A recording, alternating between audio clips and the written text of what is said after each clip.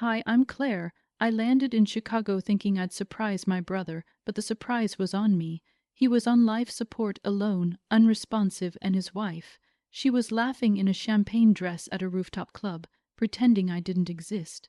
They said I was just the sister, but the photos where I'd been cropped out, the voicemail I was never meant to hear, the letter he tried to send me before he slipped into silence. Why did they work so hard to erase me? And what was she so afraid I'd find? The voicemail came in sometime around 4:00 p.m., but I didn't see it until nearly 6:00. I'd spent most of the day heads down editing a memoir for a retired school teacher in Wisconsin. It was the kind of work that demanded quiet and concentration, both of which had come in short supply lately.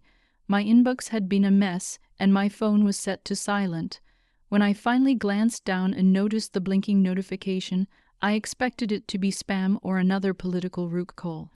Instead, it was from Edna Klein, my brother's elderly neighbor in Chicago. Hi, Claire, it's Darlene. I hope this isn't out of line, but I wasn't sure if anyone had told you. I thought you'd want to know. Owen's in the hospital. I see you. It's been a few days now. I just assumed you already knew.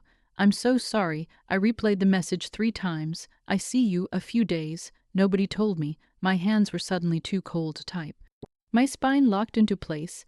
I stared at the screen like it might correct itself, but the message stayed the same. Owen, I see you. No one called. Not Dad, not his wife, not even a text from anyone who might have once called themselves family. Within 15 minutes, I had booked a one-way ticket to Chicago. The next flight out was in 3 hours. I shoved some clothes into my carry-on, my fingers fumbling with zippers and toothpaste tubes. The act of packing, once so mundane, felt foreign. I couldn't think straight. My brain kept looping 2 thoughts. What happened to Owen, and why the hell did no one think I deserved to know? It was already dark when I reached the airport. Seattle's rain had followed me to the terminal, soaking the cuffs of my jeans as I darted from the parking garage. I didn't have time to park properly. I left the car in long term and texted my landlord about collecting mail. On the flight, I couldn't sleep. I didn't even try. The steady thrum of the engine and the distant snoring of the man beside me blurred into a haze. I stared blankly at the back of the seat in front of me, watching the in-flight map crawl its way across the country. Each blinking pixel brought me closer to a brother I hadn't seen in almost a year and possibly wouldn't see again. By the time we landed at Issapo, it was just after 7 a.m.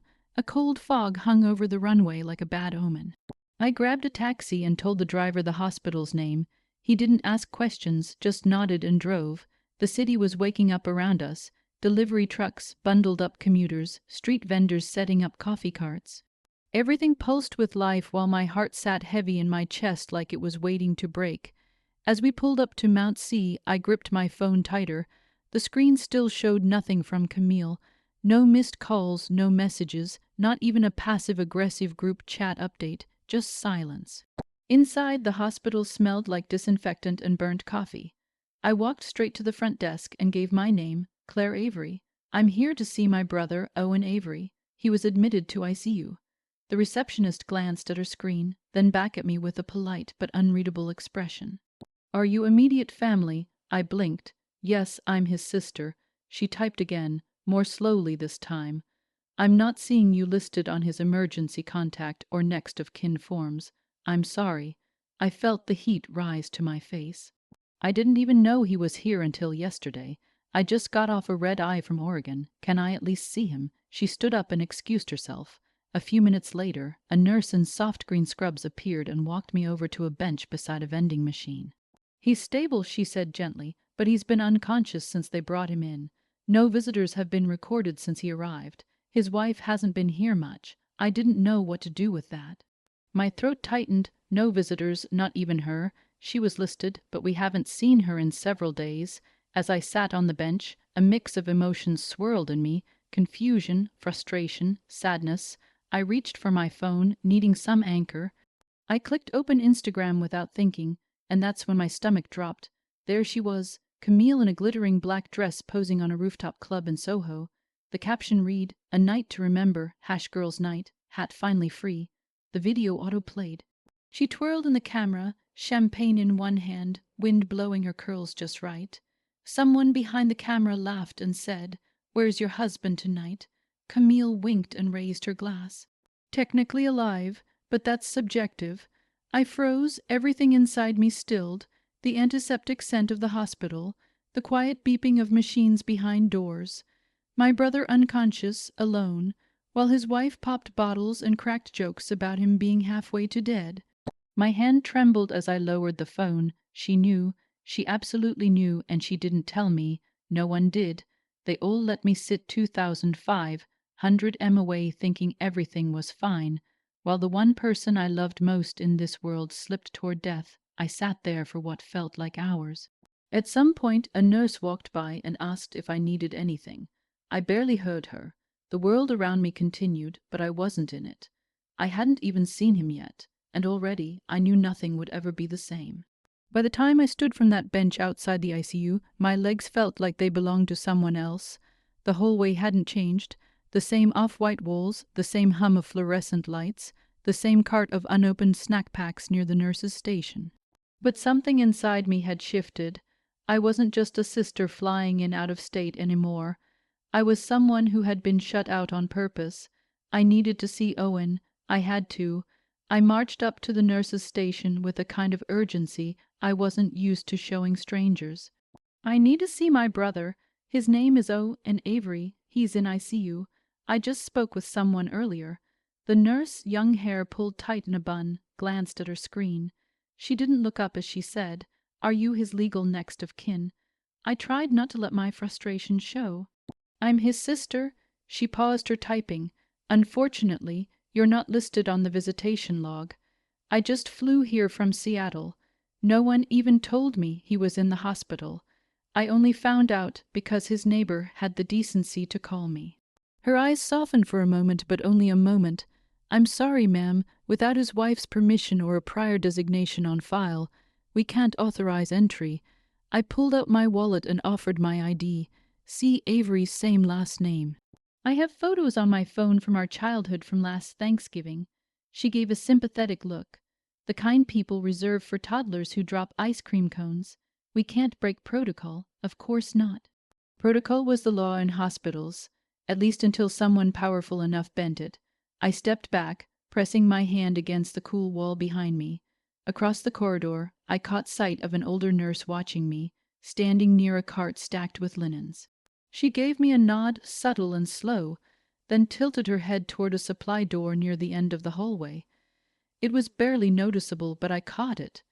She moved her cart quietly, blocking the camera's view, and waited as I made my way to the door. She didn't say a word as she handed me a set of scrubs and pointed toward a utility closet. "You've got 2 minutes," she said, barely above a whisper. I whispered, "Thank you," and changed quickly, pulling the scrub top over my shirt. My hands trembled as I followed her down the hallway. She opened a side door that led into ICU and gave me a quick glance before turning back without another word. Owen was in room 5. When I stepped inside, the sound of the machine swallowed me whole. There he was, my big brother, tubes down his throat, wires all over his chest, his once strong hands limp on either side of the white sheets. The monitor beeped steadily, but the rhythm felt mechanical, not human. He looked smaller than I remembered, not physically. He was still tall, still broad-shouldered, but there was something in the stillness, the absence of his usual presence, that made him seem diminished. I moved to his side and touched his hand. It was cold, dry. "Owen," I whispered. His eyelids didn't move. His mouth stayed slack, but then just for a second, his fingers twitched. It wasn't much, maybe just a muscle spasm. But to me it felt like a jolt straight to the heart. I sat there in silence, holding his hand until the nurse appeared again at the door. I nodded. She didn't say anything. She just waited. Back in the hallway, I changed out of the scrubs and folded them neatly. She took them, gave me one small nod, and turned back toward her cart. I stood outside. I see you again, feeling like I had just come back from a battlefield no one saw me enter. That's when I saw her, Camille. She walked down the hallway like she owned the place, heels clicking against the tile, hair freshly curled, makeup flawless. Not a sign of grief on her face, just that effortless smugness she always carried like a designer handbag. When her eyes met mine, she didn't look surprised. She didn't even blink. Look who finally showed up, she said. I kept my voice calm. Why didn't you tell me? She smiled, tight, polite, fake. I didn't think you'd care. You're always wrapped up in your little freelance projects, and wherever it is you live now, Seattle, right, Oregon, she said it like it was a foreign country. I tried not to rise to the bait. You didn't think I'd care that my brother was in ICU. You haven't been around, not since Mom's funeral. I live across the country, Camille. That doesn't mean I stopped being his sister. She laughed low and dry. You always want to swoop in when things get dramatic, don't you? Save the day. But where were you during the last 2 years when he had appointments, bills, arguments with Dad? You were in Oregon writing blogs or whatever. I was working, paying off student loans, and Owen never said he didn't want me around. She stepped closer. He didn't say much of anything, did he? Maybe that should tell you something. I clenched my jaw. You had no right to keep this from me. Her smile faded. I had every right. I'm his wife. A janitor pushed a mop past us. The hallway echoed with each squeak of the bucket wheel. I looked around. No one was going to step in. I'm not here to fight, I said. I just want to be included. Then maybe you should have been around when it counted. And with that, she turned on her heel and walked into the ICU. The automatic doors closed behind her with a hiss. I stood there, blinking back the sting in my eyes. I walked toward the window and looked in. Owen lay in the same position, still quiet, his world full of machines and silent rooms, and me just outside the glass, locked out of the room, locked out of his life.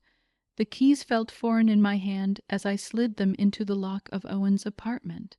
The metal clicked, the door gave way with a slight push, and I stepped into a space that smelled like laundry detergent and old coffee grounds. Not the scent of sickness, not yet, just paused life. I hadn't been here since the Christmas before last. Back then, the place had been decked out with Camille's idea of minimalist holiday chic. White trees, gold ornaments, and scented candles that gave me a headache. Now it looked like time had exhaled and forgotten to inhale again. A water glass sat on the end table, half full and dust-speckled. A jacket had been draped over the back of the couch and never moved again.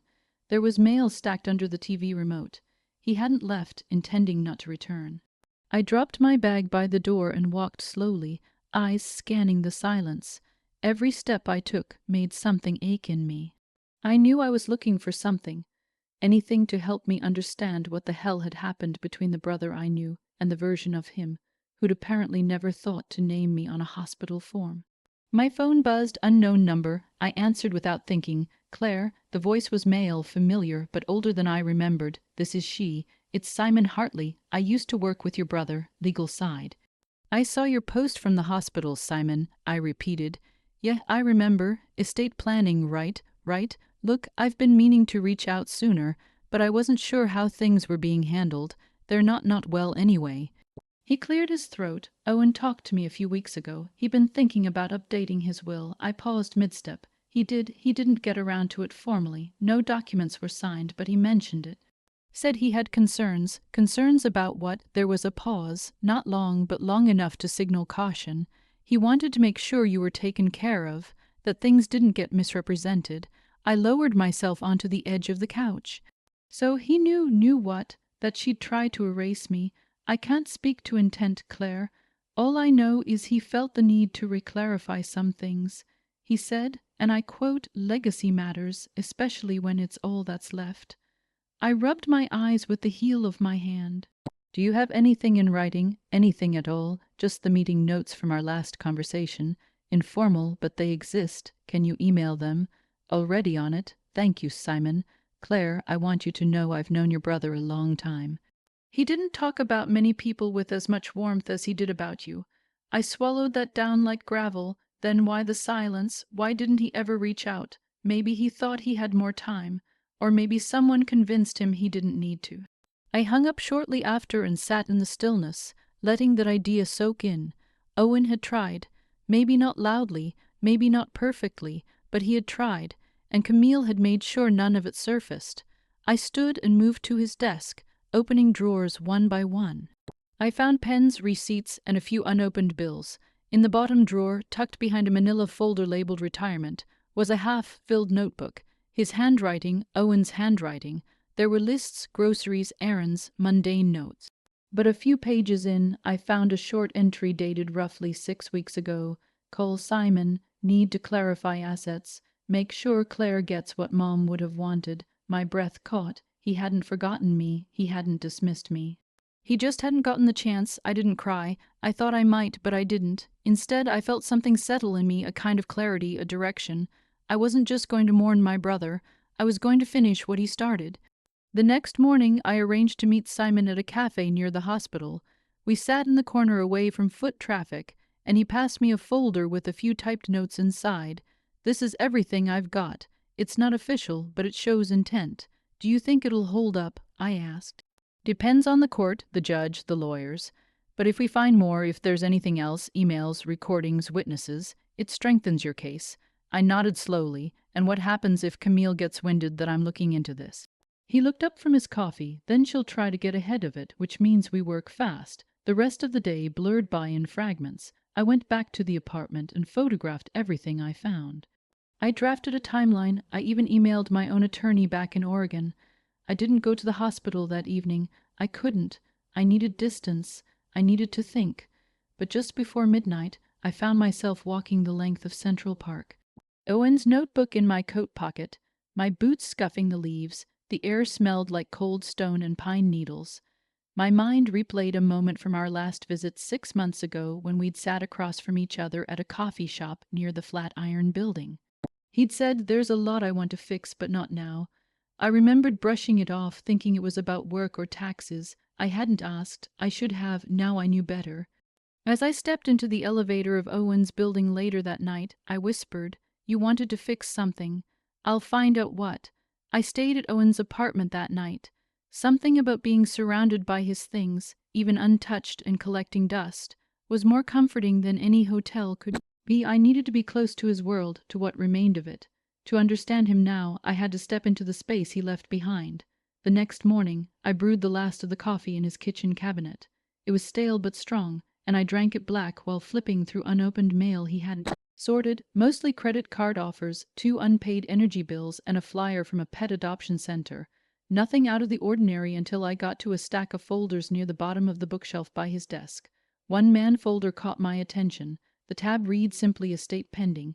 Inside, I found a printed email draft titled "Request to Amend Will." I froze. The body of the email was short, typed without flair, but clear in its intent.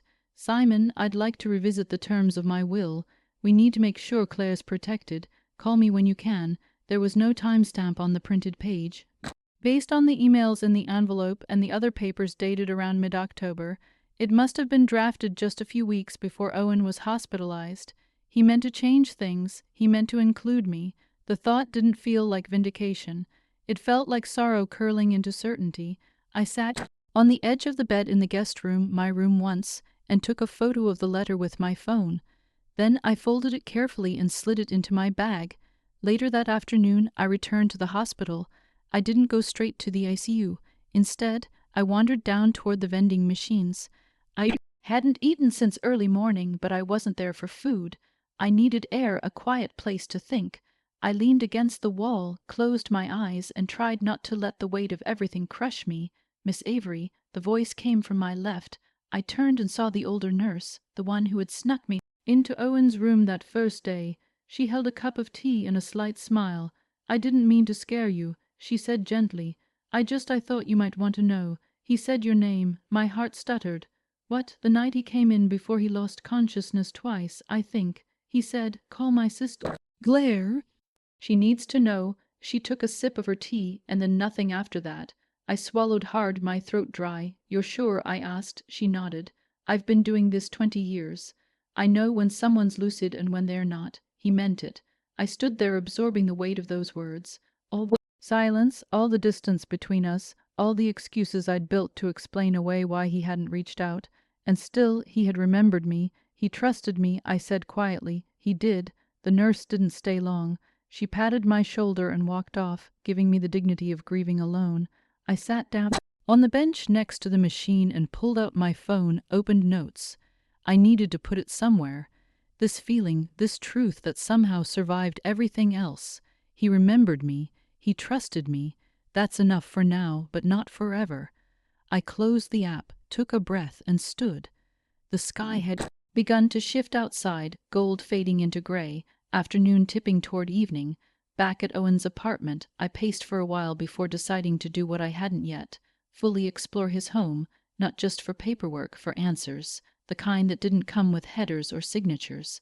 I went room by room. In the bathroom, I found a prescription bottle on the sink labeled for anti-anxiety medication, filled unopened. In the laundry room, a box of things packed but never shipped sat by the door, addressed to me.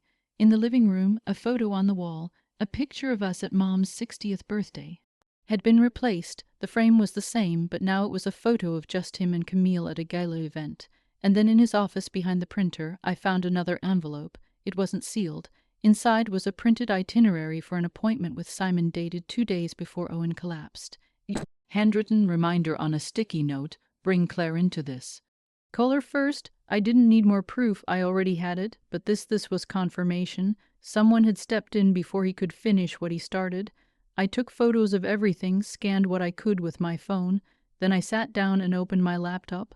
I drafted an email to Simon attaching every document and subject, lined it. Breadcrumbs, and they are leading somewhere. My phone buzzed before I could hit send. It was a message from the hospital. Patient update. Condition remains critical. No new changes. Visitor list remains restricted. I stared at the screen. Camille, she hadn't just erased me from the documents. She was controlling access to his bedside, too.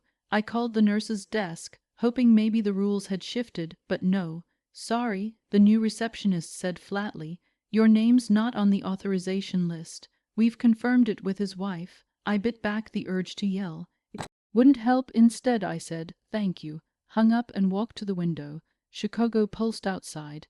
Taxis, sirens, late-day shadows crawling up buildings. I was surrounded by a city that never stopped moving, and yet I felt like I was standing still. He had tried, he had remembered me, he had trusted me, and she, Camille, had gone to great lengths to erase all of it. But now I had the trail, and I was going to follow it. Camille's voice still echoed in my head as I made my way back to Owen's apartment. Her words had that exact kind of smirk laced beneath them that always made me want either scream or laugh. Do your worst, spoken like someone who believed I wouldn't dare. The street lights flickered on as I unlocked the front door. Inside, the apartment was still. The late afternoon sun stretched across the floor in long shadows, casting a dull glow over the coffee table and the empty water glass Owen had likely set down the day everything stopped. I dropped my bag near the couch and sat quietly for a few moments, letting the rhythm of the city outside ground me again. I'd told her I'd print the truth if I had to. That wasn't a bluff. Later that evening, I decided to visit the hospital once more. There was something unfinished pressing on my chest, something I couldn't name yet. I wasn't allowed back into Owen's room, but I needed proximity, needed to feel like I was still connected in some small, invisible way. So I showed up just before shift change when the nurses were rotating and things felt a little less rigid. As I lingered by the corridor that led to ICU, my eyes were drawn to a framed photo on the wall hanging just outside the double doors. It was a family portrait, black and white, professionally shot. Owen was front and center, smiling in a way he rarely did in posed photos. Beside him stood Camille, her hand on his chest like she was staking claim. Their silhouettes were crisp, perfectly lit, polished, but something was off. I stepped closer. I knew this photo. I had a copy of the original on my fridge at home, except I had been in it. I had been standing right there on the other side of Owen, his arm draped around my shoulder. It was one of the only photos we'd taken since Mom passed. It was a rare good day, and now I was gone. Whoever edited the image had done it masterfully. You couldn't tell anything had been cropped. Unless, of course, you knew what used to be there. Me, pretty, isn't it? A voice said behind me. I turned to find a young nurse refilling a cart nearby. She glanced at the picture with a polite smile. Camille brought that in a few weeks ago, said it was their favorite. Their favorite? I repeated slowly. Yeah. She told us it was just the two of them, no other family close enough to include. The comment hit me like ice to the spine. I thanked the nurse with a nod and walked slowly back down the hallway, my hands clenched tight. It wasn't just hospital paperwork. It wasn't just access lists. She was rewriting everything, erasing me from his life, one frame at a time. I waited by the ICU entrance. She always arrived around this hour, never early, always looking like she'd stepped out of a catalog. Sure enough, 10 minutes later, there she came, heels tapping lightly, coffee in hand, face unreadable. I stepped into her path before she reached the doors. We need to talk, I said. She sighed, glanced at her watch. Make it quick. I have 10 minutes before the next briefing. I pointed to the framed photo behind us. Where am I in that picture, Camille? She blinked, playing dumb. What picture? Don't insult me. You know exactly which one. You cropped me out, didn't you? She rolled her eyes. It wasn't about you. It was about us, Owen and me. That photo is ours. He wasn't yours to edit, I said. That memory belonged to all of us. She scoffed. You're being dramatic. It's a hallway picture, not a Supreme Court filing. No, I said sharply. It's symbolic. You've removed me from every part of his life, and you're not even subtle about it. Maybe because you made it easy, she snapped. You disappeared years ago. I moved. That's not the same thing, and you knew he wanted to reconnect. She shrugged. People say a lot of things when they're sick. You rewrote him, I said, voice low, trembling. You cut me out. Her expression didn't change. I'm his wife. That's the role that matters. We stood in a stare down for what felt like an eternity. The hallway was quieter than usual. A few nurses moved in the distance, but no one intervened. You're not just managing his care, I said. You're managing his memory. Someone has to, she replied coolly, and clearly that someone isn't you. That was it. My patience snapped, not with a scream, not with a scene, but with a clarity I didn't expect. I'm going to make sure this doesn't stay buried. I said, my voice steady. If you keep erasing him and me, I will make sure the truth isn't just whispered. It'll be printed, public, and permanent. She tilted her head. You do that to your own family. I looked her dead in the eye. No, but I do it to you. Camille stepped back, coffee cup still in hand, and gave a condescending smile. Do your worst. She turned and walked through the ICU doors without another word. I stood there a moment longer, letting the words hang between us like smoke. Then I whispered, I intend to. That night, back at the apartment, I couldn't sleep. I got up around midnight and began rummaging through the cabinets again, searching for anything.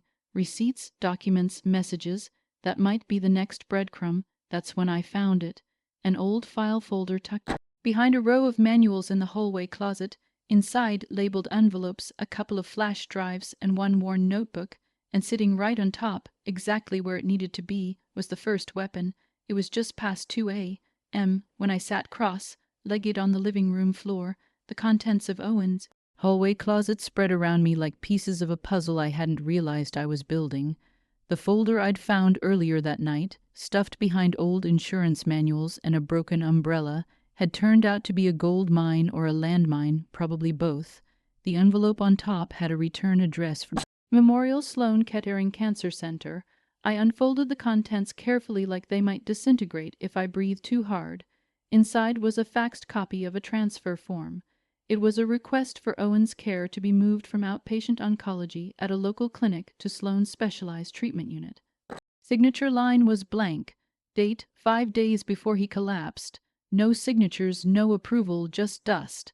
I set the paper down on the coffee table and stared at it, the corners curling upward slightly. My chest itched, not in the metaphorical way. It physically hurt, tight, sharp, because what I held in my hand was not just a missed opportunity. It was a confirmation. He had tried to fight, and someone had stalled him long enough to cost him the chance. I moved through the rest of the folder, financial statements, a few scattered medical notes, and one post-it that said, Ask Camille Rescheduling. The handwriting was unmistakably Owen's, blocky, impatient, rushed. My pulse climbed. Something felt wrong about the timeline. The gap between that request and his hospitalization was only a few days, and yet no one had followed up. No appointments logged, no responses. I knew the system was slow. But Owen was never passive about his health. He was methodical. He followed up. He'd been living with early-stage cancer for almost 2 years. He didn't just forget to sign papers unless someone made sure they weren't signed. I moved next to his desk and stared at the blinking router light under the cabinet. Owen had always been meticulous about home security. He had a full system installed after someone broke into a neighbor's apartment 3 years ago. Cameras in the entryway, hallway, even one facing the street. I knew this because he'd bragged about it at Thanksgiving, walking me through the app on his phone. I crawled behind the cabinet and checked the DVR box. It was new, too new. The label on the back still had its barcode. I flipped it and found the install sticker. Date May 17th. The same day Owen had been rushed to the ER. My stomach sank. I opened the console drawer and found the user manual. The old box, the one Owen had been using, wasn't anywhere in sight. Not under the desk, not in storage, not in the trash, nothing. Gone. I stood slowly, letting the realization settle in my bones. Camille had replaced the system, all of it. Every recording, every piece of footage from the week leading up to his collapse erased. If there had been a conversation, a call, an argument, anything between them about his treatment, it was gone, and not just gone, intentionally scrubbed. This wasn't passive neglect. This was active removal. I took photos of the install sticker, equipment box, and emailed them to Simon with a short message. We have a new date to consider. System replaced the day he was hospitalized. Also found unsigned transfer forms, connecting dots. I didn't wait for a reply. I spent the next few hours cataloging everything I found. I created folders on my laptop: legal, personal, emotional. Each item I scanned went into one or more of them. I tagged them with notes and timestamps. There was no room for confusion later. This wasn't grief anymore. It was strategy. Just before dawn, I made myself a cup of stale instant coffee and stood by the window watching the skyline wake up. In the haze of sleeplessness, I whispered. She'd changed the locks, but he left me the keys. The next day passed in a blur. I didn't go to the hospital. I needed distance to think, to plan. Around noon, Simon called. Got the files, he said. This is substantial. She wiped the video history. I told him there's no other reason to change the system that day. She's going to deny it. She always does. There was silence for a few seconds. Claire, you're not just building a case. You're building a storm. Then she better start building a roof. I could hear the grin in his voice. We'll need statements. That nurse from day one. Do you think she'd be willing to talk? I'll find her. We spent the next 10 minutes creating a short list of people who could confirm Owen's intent. People who'd seen us together, heard him mention me. Anything to prove that Camille's claim that he had no meaningful ties beyond her was a lie. That night, I returned to Owen's apartment and sat at his desk. I opened the file folders again, laid them out across the surface, and realized how carefully he had documented everything. His appointments, his prescriptions, his insurance claims, it was all there. He had been preparing. He had trusted the system. He hadn't counted on her, and neither had I. As I began writing a formal statement, my own account of what had happened from the first call to the edited photo, I heard the ding of my inbox. It was a forwarded message from Simon with the subject line, Regal Memo. Urgent update. Inside was a response from a firm Camille had retained. She'd lawyered up quickly. Simon had flagged one line in yellow. Any public statements made by the sister, and law will be considered defamatory and subject to response. I leaned back in my chair. She knew I wasn't. Just mourning anymore. I was digging, and now she was pushing back. But what she didn't know, what she still couldn't understand, was that I wasn't scared. I was prepared. She erased everything she thought mattered, but she forgot one thing. I was still here. By the time I stepped out of the U-boat and stood in front of the glass entry to the penthouse event, the Manhattan sky had already faded into navy. The doorman, dressed in a suit too stiff for the kind of warmth you'd hope for on a night like this, held a clipboard and eyed me the moment I reached the lobby entrance. Name? He asked without looking up. Claire Avery. He scanned the list once, then again. He looked up. You're not on the guest list, of course not. My throat tightened, but I kept my posture calm. I'm his sister. I understand, ma'am, he said, his tone firm, but I can't let you up unless your name's on the list. I leaned slightly to glance at the paper, scanning the crisp black font for anything that even resembled my name. Dozens of guests, all carefully curated, and not a single mention of me. She planned this. I murmured more to myself than him. This wasn't an oversight. I'm sorry, he added, though there wasn't a flicker of real apology in his voice. I stepped back and looked up toward the windows lining the 32nd floor. Light spilled out. Laughter filtered down in waves. The soft hum of clinking glasses. I could make out silhouettes near the glass balcony, some holding drinks, some taking selfies. It was a celebration, but not of my brother's life. It was a tribute to her version of it. I moved around the side of the building toward the valet ramp and found a shaded space beside a decorative planter. From there I could see inside the main event hall. There was a projector screen glowing at the front of the room, images slowly transitioning in silence. The slideshow I squinted. The photos were curated with precision. Owen at his college graduation, a hiking trip in Colorado, charity events, black tie galas. Every single frame featured Camille arm in arm. Centered, smiling, always smiling. Not one photo showed me, not one.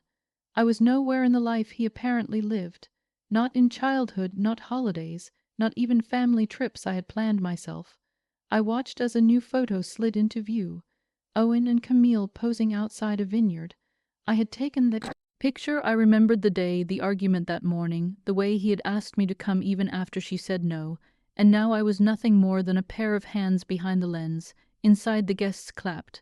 I saw Camille rise from her table and walk to the microphone. She looked radiant, not in mourning, not even pretending. She wore a white fitted dress, her hair in soft curls, a glass of wine in her hand. "Thank you all for coming," she began, voice gentle but practiced. "Tonight is about honoring the quiet strength Owen brought into every room. He believed in privacy, in dignity, and in keeping those closest to his heart exactly where they belonged, in his inner circle." A few nods from the crowd. Owen didn't like drama. She continued. "He always said, the past is a place we can't live in, and I've chosen to honor that." She looked right through the window, her gaze brushing past me like I was invisible. That was the moment I felt something inside me shift. The kind of clarity that doesn't shout, it whispers, cold and steady. She wasn't just controlling his image. She was rewriting history. I turned away, fists clenched, and began walking back toward the street when I felt a small tug on the sleeve of my coat. "Excuse me," came a timid voice. I looked down to find a boy, maybe 10 or 11, staring up at me.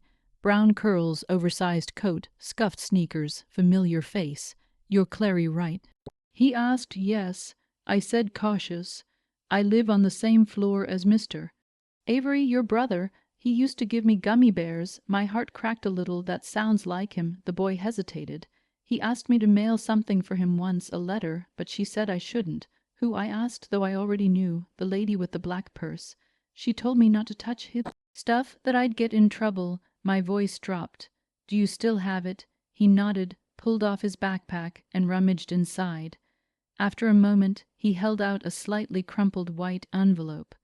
The handwriting was unmistakable. My name scrolled in Owen's blocky, always too big, letters. "Thank you." I whispered. I sat on the stone ledge near a planter and carefully opened the envelope. The letter inside was only a few lines long, written in blue ink on plain paper. "Claire, I'm sorry. I should have called. If I get better, I'll fix this. If not, please forgive me and don't let her erase you. I didn't cry.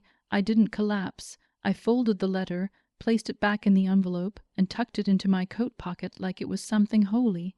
The boy stood beside me, watching. "She lied about everything," I said quietly. He nodded. "She told my mom you were just a cousin." I laughed, short and humorless. "Of course she did. Are you going to tell people?" He asked. "I'm going to do more than that." I thanked him again and walked slowly back toward the front of the building. The doorman saw me approach and straightened, but I didn't ask to go in. I didn't need to. I looked up at the windows one last time. "You made him vanish." I whispered, fingers brushing the envelope in my pocket. "Now I'll make you visible for who you really are." The morning after the Penthouse Memorial, I met Simon in the quiet back room of a community center library just 3 blocks from the hospital. He'd booked it for us, neutral ground, no upscale coffee shop where someone might overhear. No law office where Camille's people might already be sniffing. Just wood-paneled walls, a flickering ceiling light, and a long table already covered in papers. Simon greeted me with a nod, but no small talk. He was already deep in his notes. I pulled out the letter from Owen, the one the boy had handed me, and placed it in the center of the table like it was a final puzzle piece. He read it once, then twice, eyes narrowing at the line. "Don't let her erase you. That's not just a personal note," he said. "That's a recorded intent." I nodded. "He tried to reach me." She intercepted it. Simon tapped the page. "This combined with the will draft, the unsigned transfer, the wipe security drive. Claire, you've got more than motive. You've got a story. But courts take months, maybe years. And she's still out there acting like she's the grieving widow." Simon leaned back in his chair. "What are you thinking?" I reached into my bag, pulled out the small USB drive, and placed it next to the letter. "I'm thinking we stop asking for permission." He stared at it. "Is that what I think it is? Owen recorded it before he went into ICU. It was meant to go to you, but it ended up on his home desktop. I found it yesterday morning. Have you watched it once? That was enough. Simon picked it up gently. And you want to go public tonight. He blinked. You sure about that? I met his eyes. The truth needs to be louder than her lies. He gave me a long look, then nodded slowly. All right, then we do it right. We spent the next hour assembling everything into a single undeniable timeline. Simon printed physical packets, one for legal records, one for media if needed. He drafted a short statement in case the press got hold of the story, and I drafted something else, a simple introduction, one I planned to give myself. Later that evening, I changed into black jeans and a gray turtleneck. No makeup, no heels, just clarity. I walked to the venue where the after-party reception was being held, an art space downtown Camille had rented for the private toast to Owen's legacy. Candles lined the floor, a soft jazz trio played in the background. Everything looked curated, beautiful, expensive. When I stepped through the glass doors, the room felt noticeably quiet. A few guests whispered. Others looked away. Camille, standing by the bar in an off, the shoulder silk gown, froze when she saw me. I didn't stop walking. I moved directly toward the AV booth where a young technician stood adjusting lighting cues. I need 5 minutes on the screen.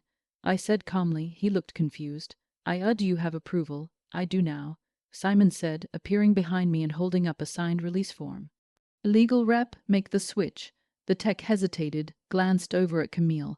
Her expression was a mix of panic and performance, like she was trying to decide if she should object or pretend this was always part of the plan. I walked to the front of the room, USB drive in hand. Someone muted the music. I stepped up to the microphone. My heart pounded, but my voice didn't shake. This isn't about me, I said. This is from him. I plugged in the drive. The screen flickered. The room fell silent. The video began. Owen sat in his living room wearing a sweatshirt I recognized from our childhood. His face was tired, paler than I remembered, but his eyes were sharp. He looked directly into the camera. If you're seeing this, he began, then I didn't make it. A gasp rippled through the room. He continued, I've made mistakes. One of them was letting people speak for me when I should have spoken for myself. His voice was even but quiet. There are things I meant to say to my sister, things I didn't get the chance to fix. Claire, if you're watching this, know that I tried. I'm sorry, and to anyone else listening. If she's still pretending, don't let her. The video cut to black, no music followed, no applause, just silence. I stepped back from the mic, no further explanation, no need. Simon moved through the room and handed Camille a printed folder. She took it with trembling hands. Consider yourself served. He said simply. Whispers spread like wildfire. A woman near the back pulled out her phone and began recording. Another turned and left without saying a word. Someone asked, "Is that real?" And someone else answered, it was his voice. It had to be. Camille stood frozen the same way she had frozen me out. I didn't watch her leave. I didn't need to. Instead, I stayed exactly where I was as the room slowly emptied. Some guests offering me tight, lipped nods, others looking away. That didn't matter either, because for once. Finally, people had heard the truth. She had the spotlight for years. Tonight, she had to share it with the truth. The morning after the memorial, I woke to silence.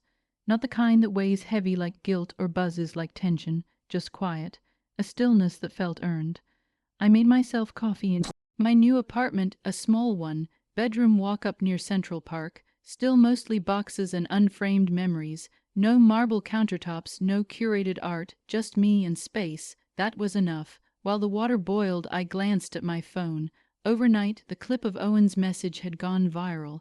Someone had filmed the entire thing from their seat near the buffet table and posted it on TikTok. From there, it had been picked up by 3 blogs, then 2 mid-tier news outlets, by 800 AM. My inbox was flooded. Some were from people I hadn't spoken to in years. Cousins, old colleagues, even an ex from college who'd seen the clip and wanted to tell me how brave I was. But most came from strangers, nurses, adult children, siblings like me. One message read, "Thank you. My brother passed alone last year. His wife kept us away. Watching you say what I couldn't, it helped." Another, "I didn't even know people like you existed. People who fight quietly but powerfully. I read every single one. By the time I finished my coffee, I had already decided something. I couldn't let this end at a viral moment. That afternoon, Simon met me in the library conference room where we'd first pieced the case together. He wore a rare smile and carried a small stack of paperwork. The State Ethics Board is opening a formal inquiry, he said as he handed me the documents. They're looking into her withholding the transfer request, he nodded, and the edited visitation lists and the deleted footage. They can't charge her with criminal neglect, but the medical board might suspend her rights as a health care proxy in future filings. I flipped through the pages slowly, and the estate, I asked. The supporting documents were enough. Owen's intentions were clear. The will is being amended under a probate exception. She'll get a small settlement, but most of the estate is yours now. I didn't react. Money was never the point. Simon paused, then added, "You should know her firm's lost almost every client since the clip aired. The Times is running a piece next week." Working title, "The Widow Who Vanished the Sister." A breath left me, half a sigh, half relief. She's not pressing back. No, she disappeared from the city 2 days ago. Deleted social media. Lawyers say she's stepping away for personal reasons. Personal reasons. For a woman who once lived through filters and photo ops, silence must have been louder than prison. I thanked him and we parted ways on the corner. He offered me a ride. I declined. I wanted to walk. Let the city remind me that not everything disappears when you look away. Later that week, I filed the papers for the Owen Foundation. It wasn't big, just a nonprofit account and a website, but the mission was simple. Help siblings who have been pushed aside during end-of-life care. Offer legal resources. Tell their stories. Tell our stories. My first blog post was titled "Being the Sister Who Stayed Out of Frame." It received 4,000 shares in a week. I included the photo, the original one, Owen, Camille, and me. No one cropped out. I kept that framed copy on my desk next to a small potted succulent and a notebook full of draft essays. I was writing again, not just about loss, but about living, about what it means to speak when everyone expects your silence. A few weeks later, on a cool Sunday morning, I passed by Mount C on my walk home from the market. I hadn't planned to stop, but I did. I stood across the street, looking up at the floor I once fought to enter. The windows reflected the sky, calm and cloudless. Nurse pushed a wheelchair out to the sidewalk. A man in a faded baseball cap waited beside the cab. Life went on as it always does. I opened my journal. On a fresh page I wrote, "He didn't leave me. He just couldn't stay." I closed it and walked on. Time didn't fill the wound, but it had taught me how to carry it. One afternoon in late spring, I visited a small community center that had reached out to the Owen Foundation about funding. They were hosting a wellness fair for young adults in the foster system, and someone had printed Owen's story to hand out as part of a campaign on medical advocacy. I wasn't expecting to see it in use. Certainly not laminated and held in the hands of a girl no older than 20, sitting cross-legged on the floor near the window. She read it slowly, lips moving as she absorbed each word. When she looked up and noticed me, she tilted her head and asked, "Did you know him?" I smiled. "Yes," I said, "I did, and he knew me too." Sometimes justice doesn't come in the form of courtroom verdicts. It comes in truth finally being heard, even if it's whispered after everyone else has stopped listening. Claire didn't win because she was loud. She won because she didn't give up, even when her own family tried to erase her. Have you ever been pushed aside in your own family, left out of the story on purpose? If this story resonated with you, share your thoughts in the comments. And don't forget to subscribe for more real-life, inspired stories that cut deep and stay with you.